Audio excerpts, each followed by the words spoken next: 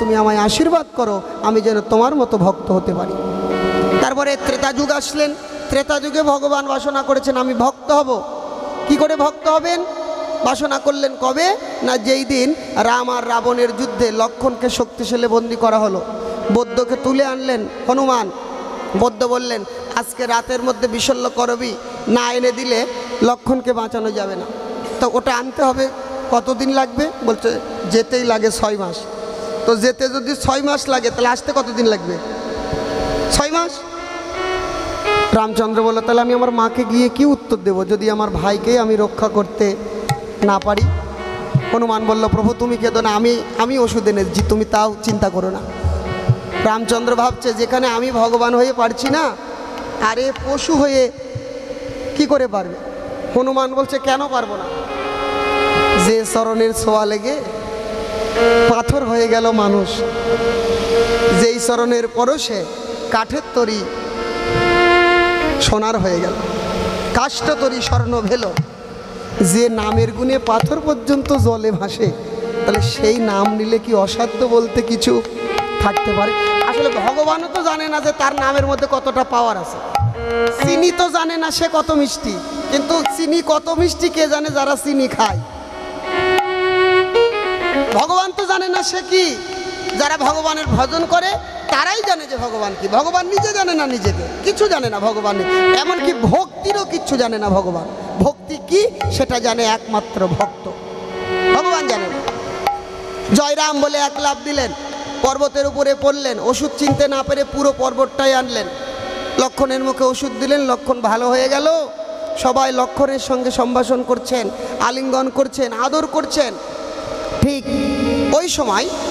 ওই সময় রামচন্দ্র এসে হনুমানের চরণের কাছে বসে পড়ে বলল হনুমান তোমার মধ্যে কি আছে আর আমার মধ্যে কি নাই? তুমি ভক্ত হয়ে যা করতে পারলে, আমি ভগবান হয়েও তো তা করতে পারলাম না, তাই তুমি আমায় আশীর্বাদ করো আমি যেন তোমার মতো ভক্ত হতে পারি। এটা ভগবানের ত্রেতা যুগের বাসনা, দাপরেও বাসনা করলেন। দেখুন একবারে কিন্তু কোনো জিনিস হয় না, এই দিনে দিনে দিনে দিনে দিনে দিনে দিনে এই আপনাদের এই যে এই ঝুলন্ত নাকি এই ব্রিজটা নিয়ে এক কবির মুখ থেকে কবিতা শুনলাম, এটা নাকি অনেক দিনের পরে এই জায়গায় এই স্বপ্নটা পূরণ হয়েছে নাকি। এই জলের মধ্যে দিয়ে যে ব্রিজটা একদিনে তার হয়নি, এক এমপি দিয়ে তার হয়নি, অনেক দিন আশা করতে করতে করতে করতে করতে করতে করতে তারপরে তো ভগবানও ভক্ত যে হয়েছে একদিনের আশা নিয়ে হতে পারে নাই, বহুদিনের বাসনা, 3 যুগের বাসনা পূর্ণ হয়েছে কলিতে এসে। দাপর যুগেও বাসনা করলেন, শ্রীমতী রাধারানীর নয়নশ্রু দর্শন করে বিনোদিনীকে জিজ্ঞাসা করলেন গোবিন্দ নিজেই, বিনোদিনী সময় তিথি ক্ষণ নক্ষত্র কিছু নাই, কারণ অকারণ তুমি কৃষ্ণ কৃষ্ণ বলে কাঁদো, এই কৃষ্ণ বলে কেঁদে তোমার কি সুখ হয়? উত্তম প্রশ্ন।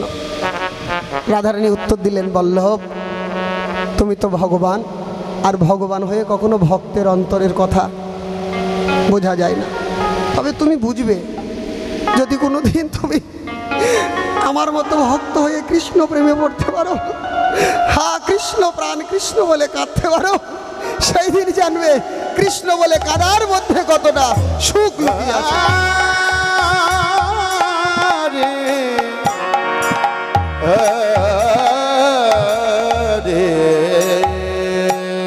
গোবিন্দ সেই দিনই প্রতিজ্ঞা করলেন আর দেরি করব না, আর দেরি করব না। বিনোদিনীর চরণ ধরলেন, রাধে তুমি আমায় কৃপা করো, করুণা করো, আমি যেন তোমার মতো ভক্ত হতে পারি।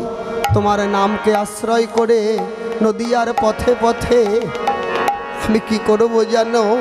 নদিয়ার পথে পথে পথে পথে কেঁদে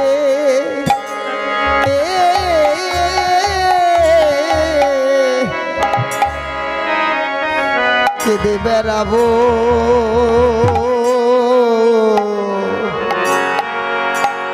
সেই দিন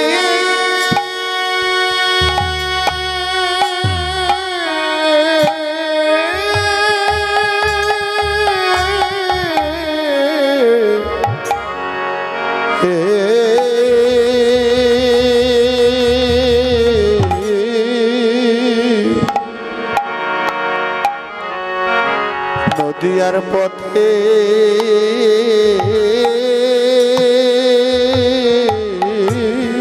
পথে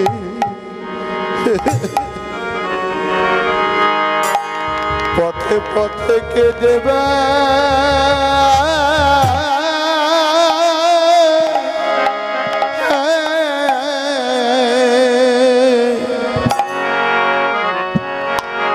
কে দেবে না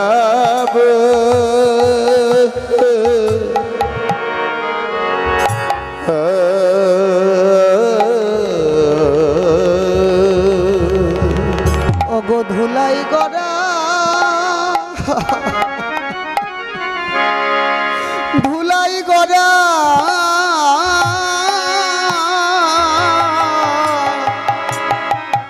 গড়া গড়ি গড়ি দিয়ে নদিয়া পথে পথে পথে কেঁদে কেঁদে বেড়াবো ধুলায় গড়া হরি বল গৌর হরি বল ধুলায় গড়া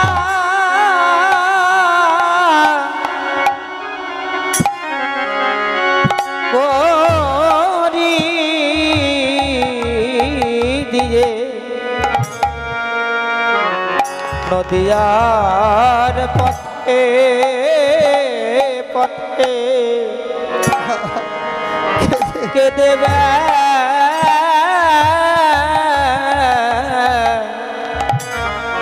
কে দেবে রব ভগবান তো নিজে আচরণ করে জগৎজীবকে শিক্ষা দিচ্ছেন। গোবিন্দ প্রাপ্তির উত্তম একটি উপায় শাস্ত্রে বর্ণনা করা আছে, সেটা হচ্ছে শিশুর মতো রোদন করা, শিশুর মতো কাঁদা। যদি কারো গোবিন্দ প্রাপ্তির ইচ্ছা থাকে, ভগবত প্রাপ্তির ইচ্ছা থাকে, তাহলে শিশুর মতো করে কাঁদতে হবে। সন্তান যদি কাঁদে, মা যতই ব্যস্ত থাক সন্তানের কাছে আসতে বাধ্য। ঠিক ভক্ত যদি কাঁদে, তখন সেই ভক্তের থেকেও ভগবান আর দূরে থাকবে। কিন্তু মনটা তো পাথর হয়ে গেছে, সবার জন্যে প্রাণ বিগলিত হয়, সবার জন্যে কাঁদে। কিন্তু গৌর বলে একদিন কাঁদিলাম না রে, একদিন গৌর বলে আমি কাঁদলাম না রে। এমন ভজন যোগ্য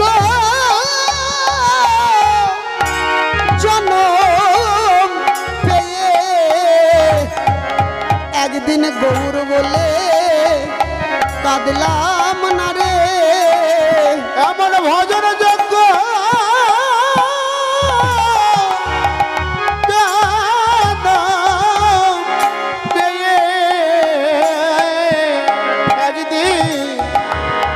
গৌর বলে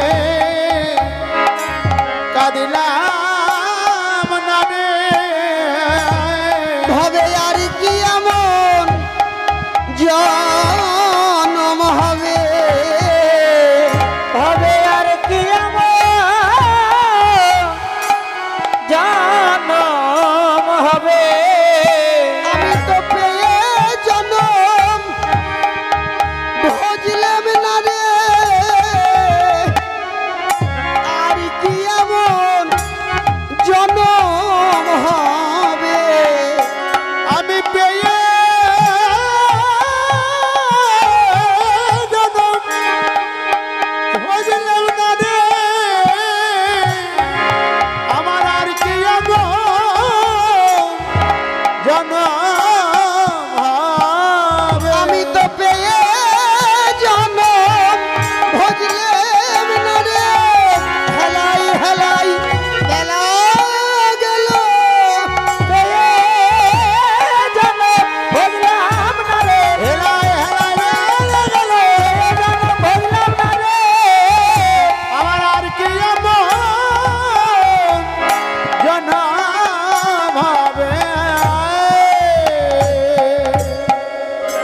জগজ্জীবকে নিজে আচরণ করে ভজন শিক্ষা দিতে প্রভু আজ ব্রজভাবে বিভোর। ও অভিনয় তৈ ছন অভিনয় তৈ ছন কর তপু লক্ষিতন রে এ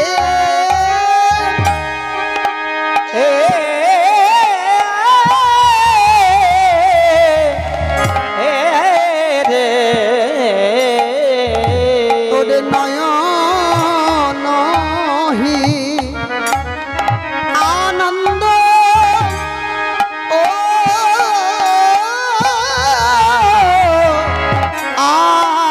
আনন্দ লো আমার রে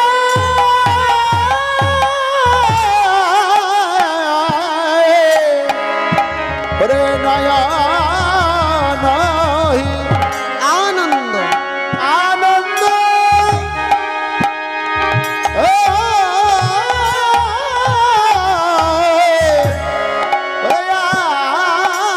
আনন্দ রে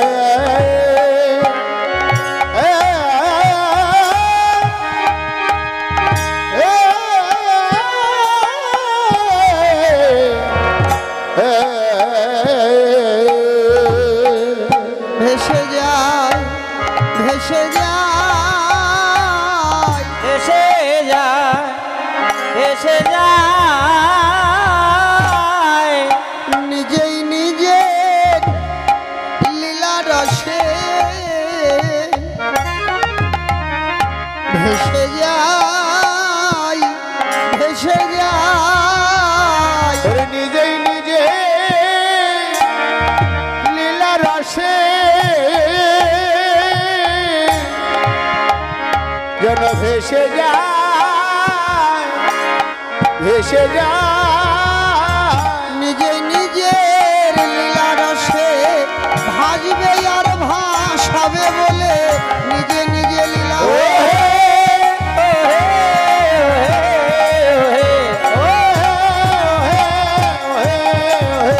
ভেসে যায় ভেসে যায় অভিনয় তৈ ছন করত পুলকিতন নয়নহি আনন্দলার অভিনয় করছে।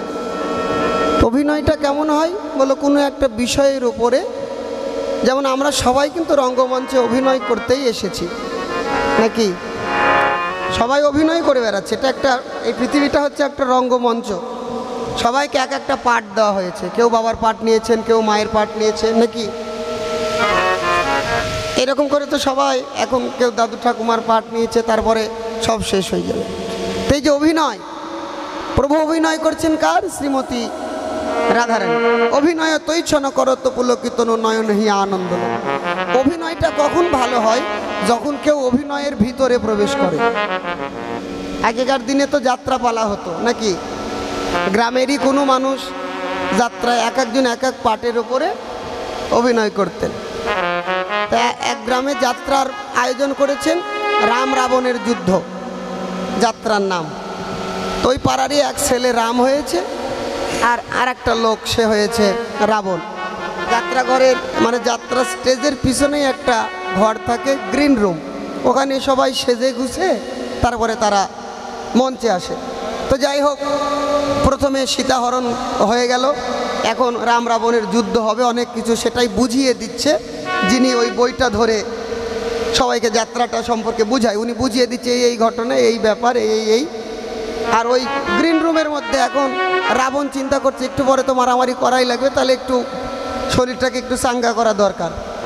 একটা বিড়িতে আগুন ধরাইছে, এই বিড়িতে 2-3 টান দিতে দিতে রামের কাছে এসে বলছে, নে বা তুইও 2 টান দে। হ্যাঁ, রাবণ যে রাবণ সেজে আছে, ও বিড়ি খেতে খেতে 2 টান দিয়ে বলছে, তুই 2 টান দে। এখন যে রামের পোশাক পরেছে বলছে, তোর তো হাসপদ্দা ভালো। আরে আমি হচ্ছি রাম, আমি হচ্ছি রাম আর তুই আমাকে দিচ্ছিস বিড়ি, তাও তুই হচ্ছিস রাবণ। আজকের অভিনয়টা ভালো হবে, কারণ ও নিজেকে রাম ভেবে নিয়েছে। অভিনয় করতে এসে কেউ যদি অভিনয়ের ভিতরে ঢুকতে পারে তখনই তার অভিনয়টা সুন্দর হয়, নাকি? অভিনয়টা সুন্দর হয়। তো গৌর রাধারানীকে স্মরণ করছে, শুধু স্মরণ নয়, একদম গৌরী রাধারানী হয়ে গেছে। তার মানে আজকে গৌরের অভিনয়টা ভালো হবে। অভিনয় তৈছন করো তো পুলকিতন, গায়ের যতগুলো লোম সব লোম কাঁটার মতো দাঁড়িয়ে পড়েছে, কাঁটার মতো হয়ে দাঁড়িয়ে পড়েছে। করো তো পুলকিতন। নয়নের দিকে লক্ষ্য করে দেখা গেল নয়নহী আনন্দলর, মুখে মৃদু মৃদু হাসি, কিন্তু দুই চোখ বয়ে জল ঝরে পড়ছে। এদিন হচ্ছে কৃষ্ণ প্রেমের লক্ষণ, কৃষ্ণ প্রেমের লক্ষণ। কীর্তন শুনলেন, সারা জীবন কীর্তন শুনলেন, সারা জীবন কীর্তন করলাম, কিন্তু সার্থকতাটা কোথায়? কি করে বুঝবো? আসতে কি করে বুঝবো যে এতদিনের কীর্তন শ্রবণ করা বা এতদিনের কীর্তন করাটা আমার কাজে লেগেছে? বুঝতে হবে না? কিছু করে তো বুঝতে হবে। কি করে বুঝবেন? জ্বর মাপার যন্ত্র আছে, ওজন মাপার যন্ত্র আছে, ভক্তি কি মাপা যায় না? বলো, ভক্তিও মাপা যায়। আর ভক্তি কিন্তু আমি আপনাকে মেপে দিতে পারবো না, আপনার ভক্তি আপনাকেই মাপতে হবে। আপনি কোথায় পড়ে আছেন, আমি কোথায় পড়ে আছি, ওটা একমাত্র আমিই জানি। আমি মাথায় বড় শিকা রেখেছি, তাতে জটা লেগে গেছে, কপালে মোটা করে তিলক কাটি, মোটা মোটা মালা পরি, লোকে তো সবাই বলে সাধু, কিন্তু আমি সাধু কিনা ওটা তো আমিই জানি, আর তো কেউ জানে না। তো কার ভজন কত দূর যাচ্ছে ওটা সে নিজেই উপলব্ধি করতে পারবে। কি করলে উপলব্ধি করবে? বলে প্রেম ভক্তি চন্দ্রিকা পাঠ করতে হবে। ঠাকুর মহাশয় বলেছে না, গৌরাঙ্গ বলিতে হবে পুলক শরীর, হরি হরি বলিতে নয়নে ববে নীর, আর কবে নিতাই চাঁদের করুণা হইবে, সংসার বাসনায় আমার কবে তুচ্ছ হবে, বিষয় ছাড়িয়া কবে শুদ্ধ হবে মন, কবে হাম হেরিব সেই মধুর বৃন্দাবন। কীর্তন শুনে যদি মনের মধ্যে এই ভাবগুলো না আসে, তাহলে জানবেন আমার কীর্তন শোনা এখনো কাজে লাগে নাই, বা যিনি বর্ণনা করছে তার বর্ণনাটা শুদ্ধ হয় না। কীর্তন শ্রবণ করলে এই এই ভাবগুলোর যে কোনো একটা অন্তরে অবশ্যই সাধকের জাগ্রত হবে। কৃষ্ণ নাম শুনলে প্রাণটা কাঁদবে। কারোর হয়তো চোখ কাঁদতে পারে না, কিন্তু অন্তর কাঁদে, অন্তরে অন্তরে অনুশোচনা করে, আমি যদি কৃষ্ণ ভক্ত হতে পারতাম। আজকে গৌরের অঙ্গের এইসব ভাব দেখে আমাদের বৈষ্ণব মহাজন রাধামোহন দাস গৌরচরণে প্রার্থনা করছে, গৌর হরি, তোমার এক অঙ্গেই এত ভাব, আমি তো তোমার জগৎ ছাড়া না, তাহলে ওই ভাব আমার অন্তরে কেন জাগলো না? বলো সেই দিন আমার কবে বা, কবে বা, কবে রে সেই দিন আমার কবে বা।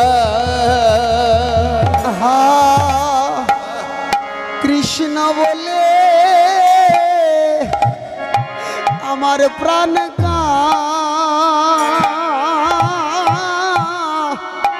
কাঁদিবে আমার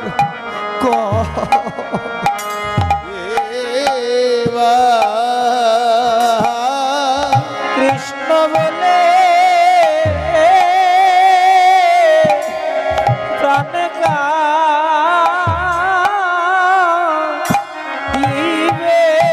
সেই দিন কবে বা। কৃষ্ণ বলে প্রাণ কাঁদিবে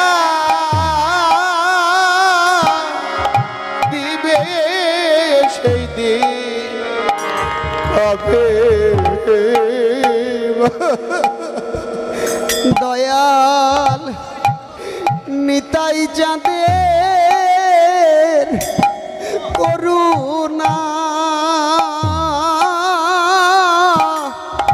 হবে আমার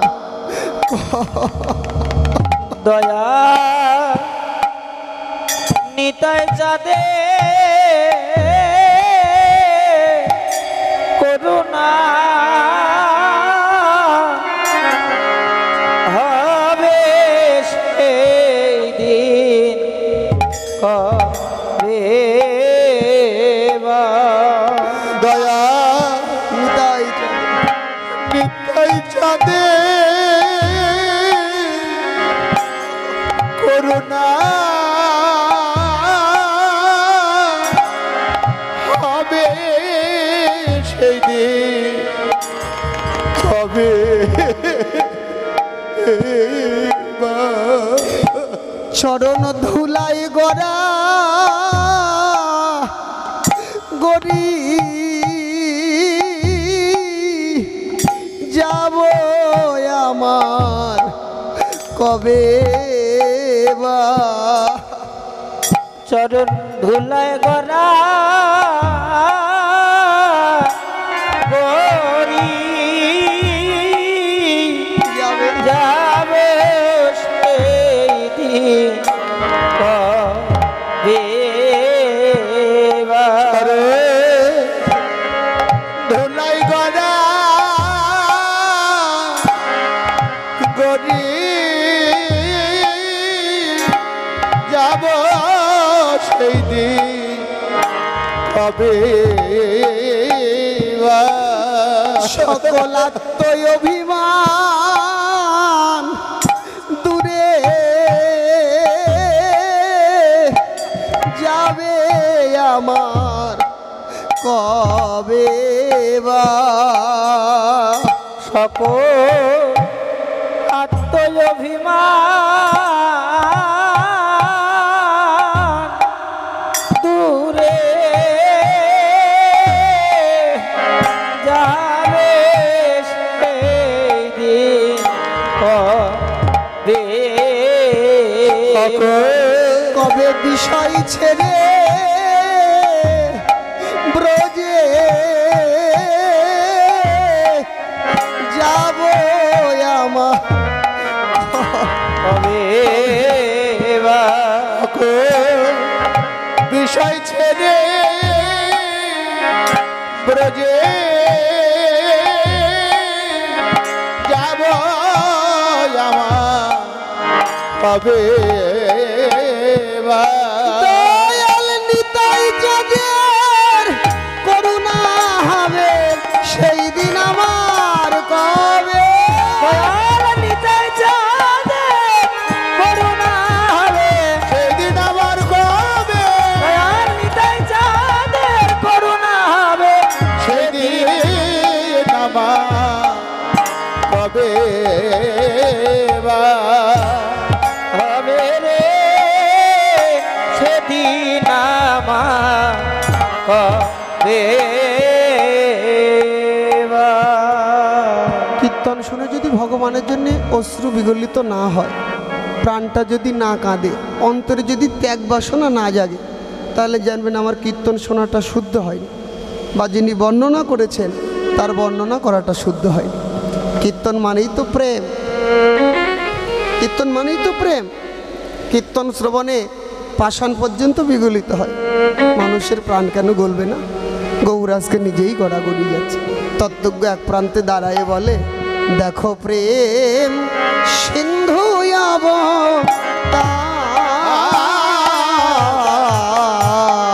দেখো প্রেম সিন্ধু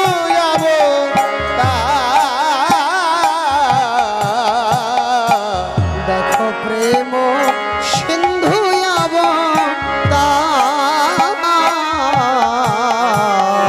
দেখো প্রেম সিন্ধু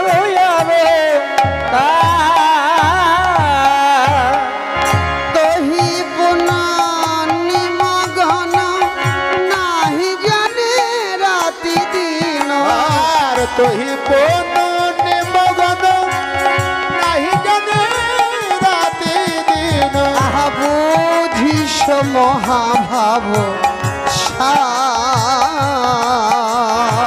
আর বুঝিস মহাভাব আজ মহাভাবে উদয় হলো, আজ মহাভাবে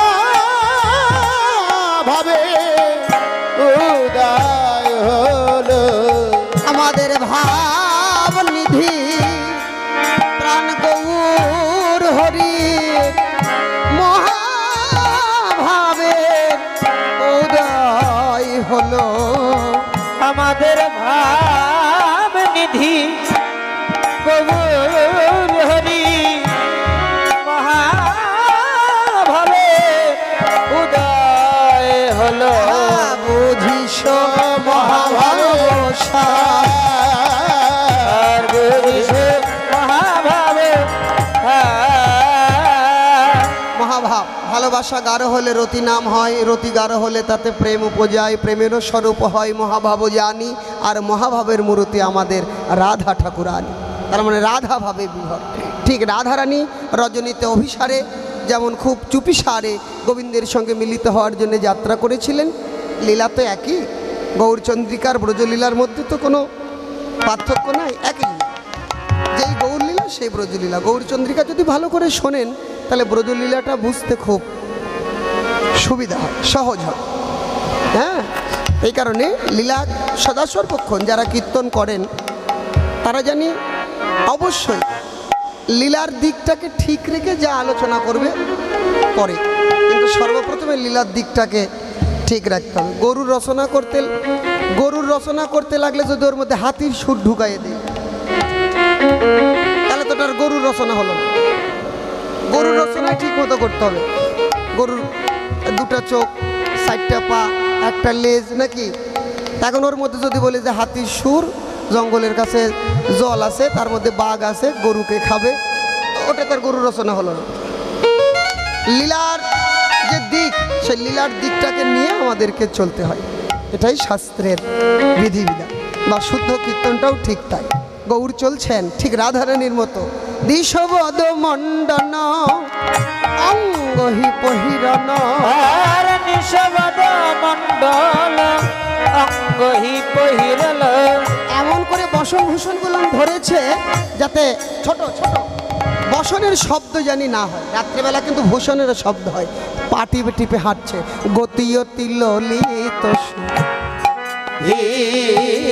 আর গতিয়তি ললিত সুধী। গোবিন্দ সেবায় যাচ্ছে, বাদিনীগণ জানলে কি করবে? বাধা দেবে। রাধারানী যেমন চুপিসারে যায়, নুপুরটাও পড়তে ভয় হয়। নুপুর পড়বে না, নুপুরের শব্দ হলে কৃষ্ণ সেবা হবে না। তাই সব কিছুকে বসন ভূষণ এমন করে ধরেছে যাতে কেউ বুঝতে না পারে। ভক্তগণ ভাবে গৌর আবার এমন করে কেন। শ্রীবাসকে বলল ফটকটা খুলে দাও, মানে প্রধান দরজা খুলে দাও, গৌর বাইরে যাবে। বৃন্দাবন ভানে চৌকিত বিলোকনে, আর বৃন্দাবন ভানে চৌকিত বিলোকনে। এবার পাওল সুরধ্বনিতি,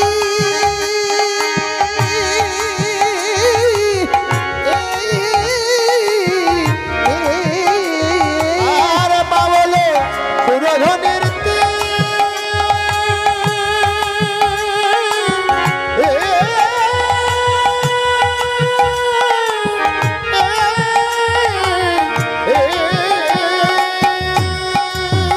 ভাবে এই তীরে তুই সেই যমুনা, এই কিরে তুই সেই যমুনা। যার তীরে নিরে কতই খেলাই, এই তীরে তুই সেই যমুনা। ওরে ভাবাবে সে গৌর বলে, ভালোবেসে গৌর বলে, এই কিরে তুই সেই যমুনা। সুরধ্বনির